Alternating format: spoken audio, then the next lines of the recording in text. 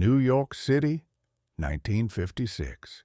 You were born in a city that never pretended to be honest. It only liked to pretend everything was under control. Back then, Brooklyn wasn't the skyline you see on postcards today.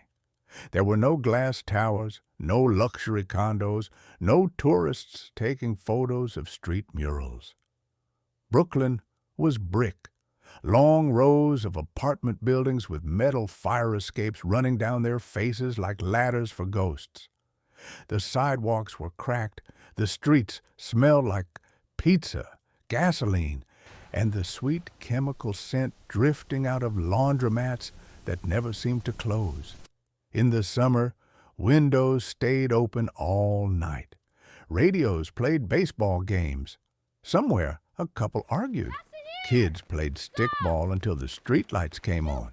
It was a neighborhood where half the men worked construction, the docks, sanitation, or drove delivery trucks. And the other half were in business. Nobody explained exactly what that meant, but everybody understood. Your father, Anthony Marco, officially worked as a delivery driver for a food distribution company. Every morning, he left the apartment before sunrise, wearing the same gray jacket and carrying the same metal thermos of coffee your mother packed for him. He drove a box truck filled with tomatoes, cheese, flour, and canned goods. On paper, it was a normal job, but sometimes the truck came back empty, and the money still showed up. In Brooklyn, nobody talked about things like that. Your mother, Carmela, worked at a small neighborhood bakery 2 blocks away. She woke up at 4 in the morning and spent the first hours of the day shaping dough, dusting flour across wooden tables, and sliding trays of bread into old steel ovens that hummed like machinery in a factory. She knew everyone in the neighborhood. Old men came in every morning for espresso and a roll. Kids stopped by after school for cookies, and Carmela knew their names. She also knew when not to ask questions. In neighborhoods like that, people lived by a simple rule. If the family is fed and nobody knocks on your door in the middle of the night, everything is fine. The first lesson: you grew up between 2 worlds. The world everyone saw, and the world nobody talked about out loud. You first understood the difference when you were 9 years old. One Saturday afternoon, your father told you to get in the truck with him. That alone was unusual. He normally kept work separate from home. You drove across Brooklyn toward Coney Island Avenue. The truck stopped in front of a small restaurant that looked ordinary from the outside. Red awning, foggy windows, a neon sign buzzing in the glass. Inside, the air smelled like garlic, espresso, and cigarette smoke. 4 men sat around a table drinking coffee. They were wearing suits. That already made them different from most of the men in your neighborhood. When you and your father walked in, the conversation stopped. Not dramatically, just long enough for everyone to look. One of the men had gray hair slicked back and a thick gold ring on his finger. He leaned back in his chair and studied you for a moment. Then he looked at your father. "Is this your boy?" Your father nodded once. The man smiled slightly. Then he looked back at you. "Teach him something early," he said. "Teach him to listen more than he talks." The other men nodded. You didn't understand why, but you remembered the sentence. Years later, you would realize that was your first lesson. Growing up in the system. The 1960s and early 70s passed the way they did for most kids in Brooklyn. School during the day, street games after, occasional trouble. But you weren't a troublemaker. Teachers described you the same way every year. Smart, but lazy. Your father didn't see it that way. One evening, he said something that stuck with you. Lazy people don't survive, he said. You're not lazy. You just don't waste energy on things that don't matter. In your neighborhood, that was considered a compliment. You graduated high school in 1974. College wasn't really part of the culture where you grew up, but your father insisted.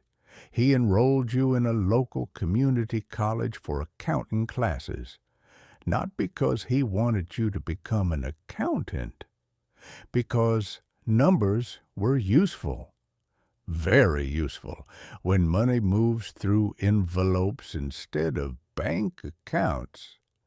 Somebody needs to understand exactly how much is moving and where it disappears. The bar, your first real job, came when you were 19. On paper, you worked at a bar. In reality, it was a sports book. The place looked like any other Brooklyn bar. Wooden counter, neon beer signs, a television always showing baseball or football, but there was a small office in the back with a desk, a phone, and stacks of small betting slips. That's where you worked. Your job was simple. Write down the bets. The phone rang constantly. Men called from payphones, construction sites, and garages. They placed bets on baseball games, boxing matches, horse races. You wrote down the numbers. At first it seemed chaotic, but after a few months you realized something important. It wasn't really gambling, it was a system. People won, people lost. But the house always kept a percentage, always. That percentage paid the bar, the runners, the collectors, and the men who actually owned the operation. You were good at the job, mostly because you listened more than you talked. Just like the man in the restaurant had said, collections. A year later, things changed. One night, the man who ran the bar handed you a jacket. You're coming with us. You got into a car with another guy named Sal. Sal was older, quiet, and built like a truck. They drove across Brooklyn and stopped in front of a small house. Inside lived a man who owed money, a lot of money. Sal knocked on the door. The man answered immediately. He looked nervous. Everyone knew why they were there. The conversation lasted 5 minutes. No shouting, no threats, just calm explanations. The man agreed to start paying the debt the next week.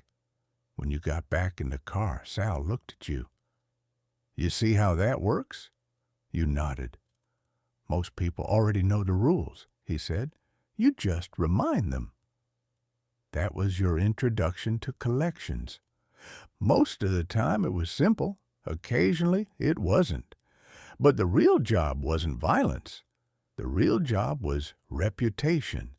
If people believed you would come back, they usually paid. The network. By the time you were 22, you knew half the people who controlled business in your part of Brooklyn. But it wasn't what outsiders imagined. It wasn't an army. It wasn't a corporation. It was a network. Some men ran betting operations. Others controlled unions. Some managed trucking routes. Some owned restaurants where meetings happened. Everyone knew everyone. Sometimes they worked together. Sometimes they stayed out of each other's way. The system had been there long before you arrived, and it would probably exist long after you left. The big money. By the early 1980s, your life had changed. You weren't writing betting slips anymore. Now you were involved in construction. New York was always building something, apartment complexes, highways, bridges, public buildings, and every project meant contracts worth millions of dollars. That's where the real money lived. But winning those contracts required cooperation. You needed construction companies, concrete suppliers, union approvals, city paperwork, and sometimes a quiet conversation with someone who could make delays disappear. That's where you came in. You were a middleman, the guy who knew who to call. Most of your work looked boring from the outside. Phone calls, restaurant meetings, envelopes filled with documents. But the numbers were very different now. By the time you turned 30, you had an apartment in Manhattan. You replaced your car every 2 years. And people returned your calls quickly, very quickly. The problem with success. But money brings something else with it. Attention. By the mid-1980s, the federal government had started taking organized crime seriously. New laws were introduced. Investigators gained new tools, wiretaps, financial tracking, long-term undercover operations. The rules of the game were changing. Men you had known for years started disappearing. Some went to prison, some left the country, and some started talking. Every week there seemed to be another headline, another indictment, another trial. That's when you understood something many people in your world ignored. Every operation has an expiration date. The problem is, most people leave the game too late. The slow exit in the early 1990s, you started stepping away, quietly. Sudden moves attract attention. So, you made gradual changes. First, you sold your share in the construction company. Then you stopped participating in the sportsbook operations. Instead, you invested in something simple, a trucking and delivery company, food distribution. Restaurants always need ingredients. It wasn't glamorous, but it was stable. And more importantly, it was legitimate.